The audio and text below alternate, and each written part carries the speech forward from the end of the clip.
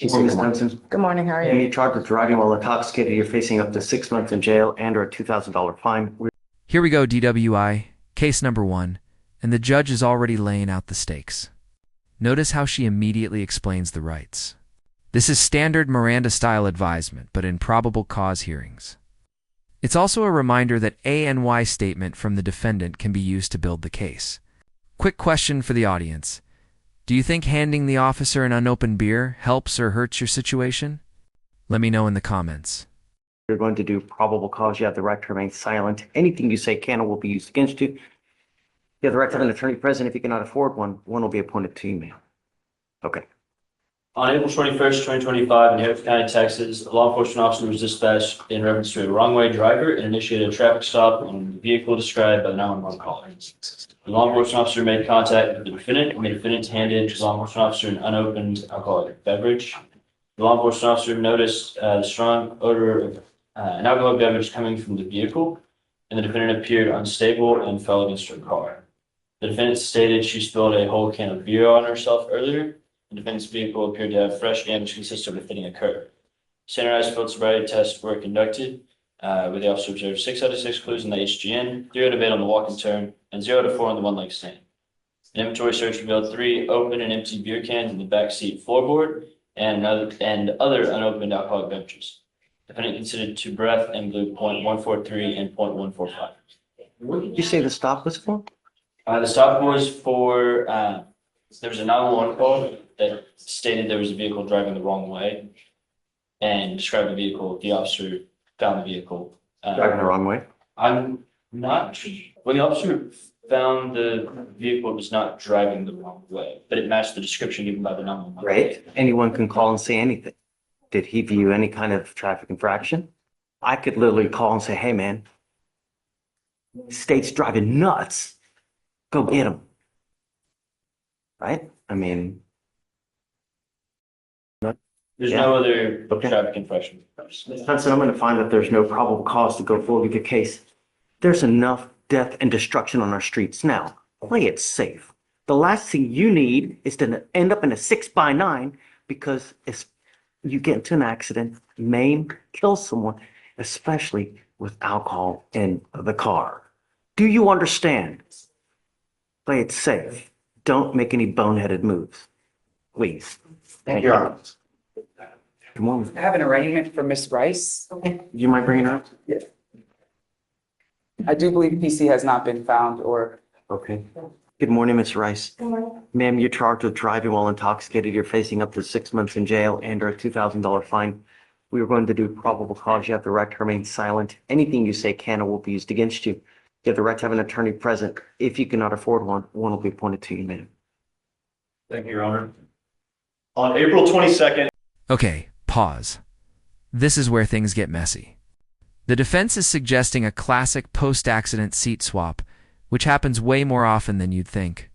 Legally, the key question is, who was operating the vehicle at the moment of the accident? A witness seeing someone in the driver's seat after a crash doesn't automatically prove they were driving before it. The drama is peaking, so tell me, viewers, do you believe they switched seats on purpose, or is this just a convenient story? 2025, in Harris County, Texas, law enforcement officers were dispatched to a crash call and found a vehicle inoperable due to a collision and blocking traffic. Law enforcement officer spoke to a wheel witness who stated he observed the defendant in the driver's seat of the vehicle with the engine on and advised the defendant to turn the vehicle off and exit the scene. The law enforcement officer made contact with the defendant who was sitting in the driver's seat of the vehicle and observed slurred speech, moderate odor of alcoholic beverage, and glossy eyes. The defendant admitted to consuming 1 alcoholic beverage. SFST standard field sobriety tests were conducted. A 6 out of 6 on the HGN was reported, a 7 out of 8 on the walk and turn, a 2 out of 4 on the one-leg stand. The defendant refused to provide a specimen. A blood warrant was obtained and executed. If I may, Your Honor, what the officers completely failed to leave out of their report is that the car was registered to the other person that was present. The other person had the keys on them. The other person admitted to driving. At the time of the accident, I'm not sure why they switched seats. I don't know. I do know the wheel witness came after the accident had already occurred. They had been waiting on a tow. If the officer would have done any due diligence in his research or questioning, the other person was, they may have been intoxicated. I'm not sure. He didn't even follow up with them. They openly admitted, this is my car. I'm the one driving. The officer made no attempts to remedy that situation or even mention that in his report. Do you have any of that? Your Honor, I would just say that, I mean, based on what we have in the DIMS, we witness put the defendant in the driver's seat of the car. After the car was already inoperable. He didn't see her. He didn't see the accident. Your Honor, I would say for probable cause purposes, we have a wheel witness that says they saw the defendant behind the driver's seat. Of an inoperable car. And a law I mean, enforcement officer saw. at the scene of the accident, right? I mean, if you have some kind of other evidence to show, I have to give them time also, you know? understand probable I mean, this is just, cause. Low burden, yes. probable cause is a very low burden, right? So this doesn't mean that you're guilty. I mean, if that's in fact true, that's why we have trials, right? There's always two sides to the story. I wasn't there, you were there, you know what happened, I don't know.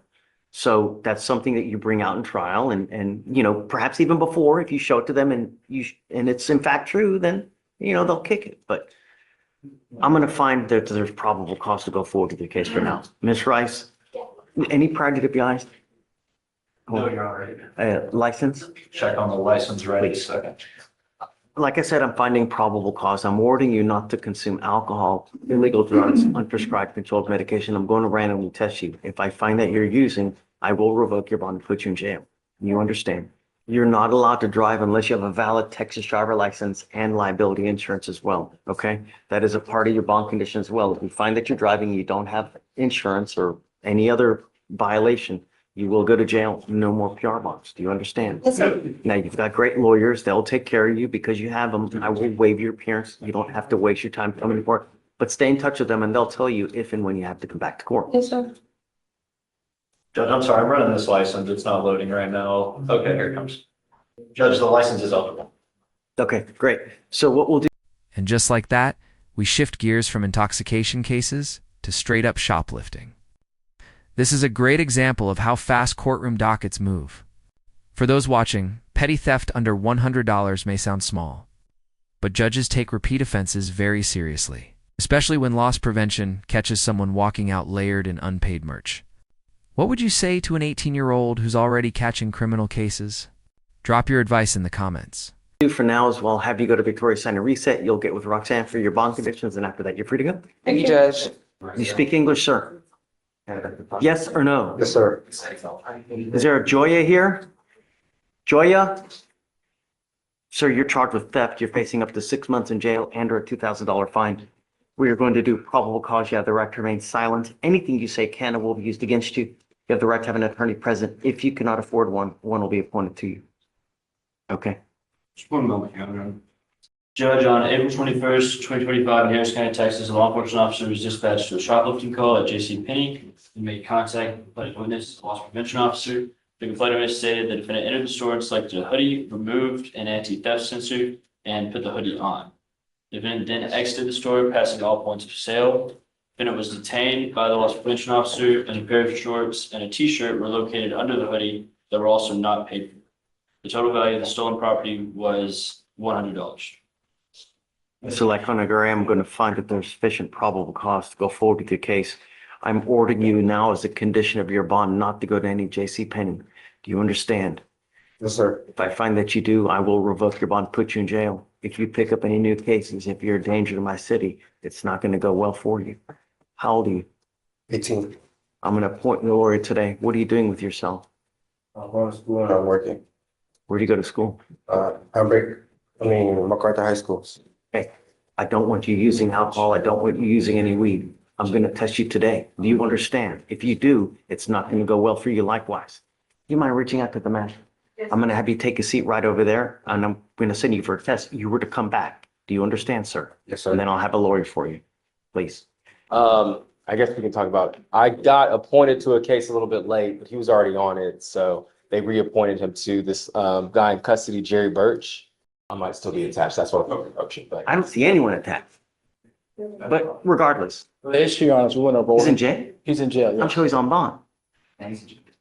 But we want to roll it to tomorrow because I I think think you had issued a warrant because he maybe missed a court or something. I don't know. Okay, whatever you want. Sure, if you want to roll it, we can roll it to tomorrow. That's it. All right, thank you. Okay. And I have Lorenzo Lacona.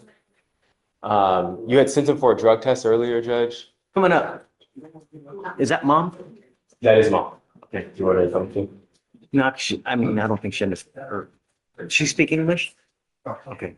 Guys, what did he test positive for? It was something positive for THC or benzo.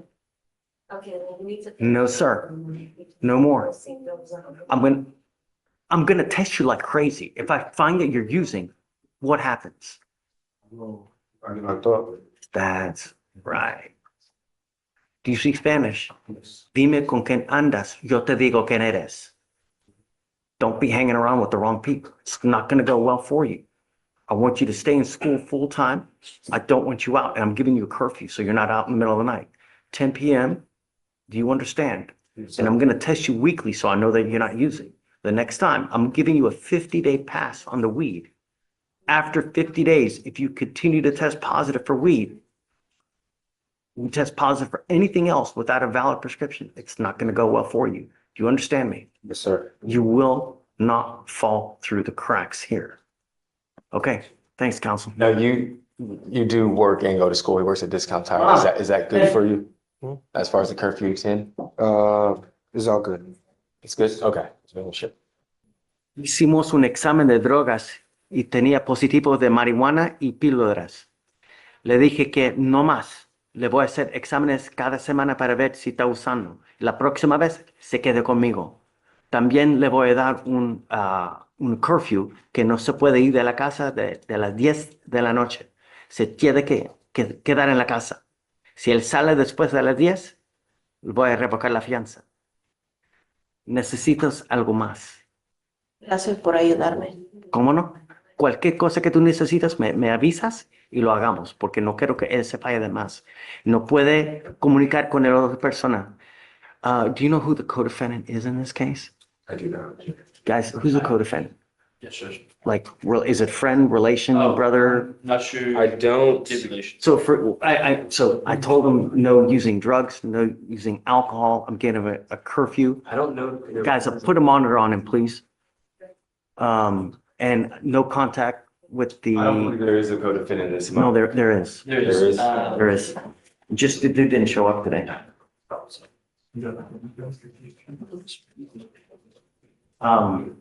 Si necesitas algo, avisas. Come on. Yes, sir. Judge, are you fixing a turkey with the? Yeah. Go ahead. Yeah, 10 p.m. 10 p.m. So you have a lawyer. Tienes un abogado aquí. If you need Si anything, necesitas cualquier cosa, let the lawyer know. déjalo saber. If he starts misbehaving in your house, Y esa comportarse mal en la casa, you let me know le dejas saber al juez and I will take care of him for you. y yo me encargo de él. Ok, Ok, Okay? está bien. We're going Thank to put a you. monitor on him so we know Vamos a where he ponerle- is at all times and we don't want him out in the middle of the night. Y no nos quedamos afuera Target as well. y no puede regresar a Target. Va a tener un toque de queda, ¿entiendes? sí. Okay? Okay? Ok, gracias. That's right.